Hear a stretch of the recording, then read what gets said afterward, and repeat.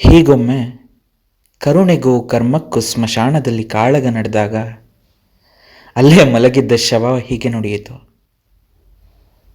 ಕರ್ಮದ ಗೆಲುವಲಿ ಕರುಣೆಯು ಹುಟ್ಟಿದೆ, ಕರ್ಮದ ಗೆಲುವಲಿ ಕರುಣೆಯು ಹುಟ್ಟಿದೆ, ಕರುಣೆಯ ಜಯದಲ್ಲಿ ಕರ್ಮವು ಕರಗಿದೆ, ಕರುಣೆಯ ಜಯದಲ್ಲಿ ಕರ್ಮವು ಕರಗಿದೆ, ಮಾನವತೆ ಬೆಳಗಿದೆ ಎಂದು, ಮಾನವತೆ ಬೆಳಗಿದೆ ಎಂದು.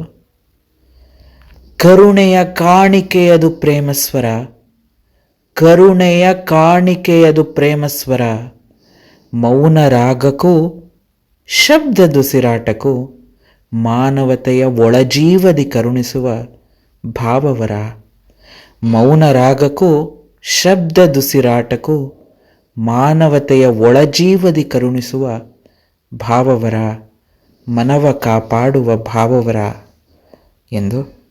ಭಾವವರ ಎಂಬುದು ಮನದ ನಿಷ್ಕಲ್ಮಶ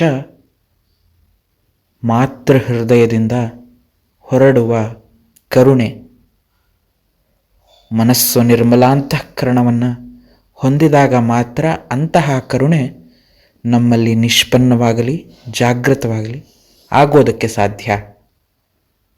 ಅಂತಹ ಕರುಣೆಯನ್ನು ಕರ್ಮಫಲ ಉತ್ತೇಜಿಸಿದಾಗ ಯಾವುದೇ ಅಪೇಕ್ಷೆ ಇಲ್ಲದ ಶುದ್ಧ ಭಾವದ ದೈವತ್ವ ಸಿದ್ಧಿ ಪ್ರಾಪ್ತವಾಗುವುದು.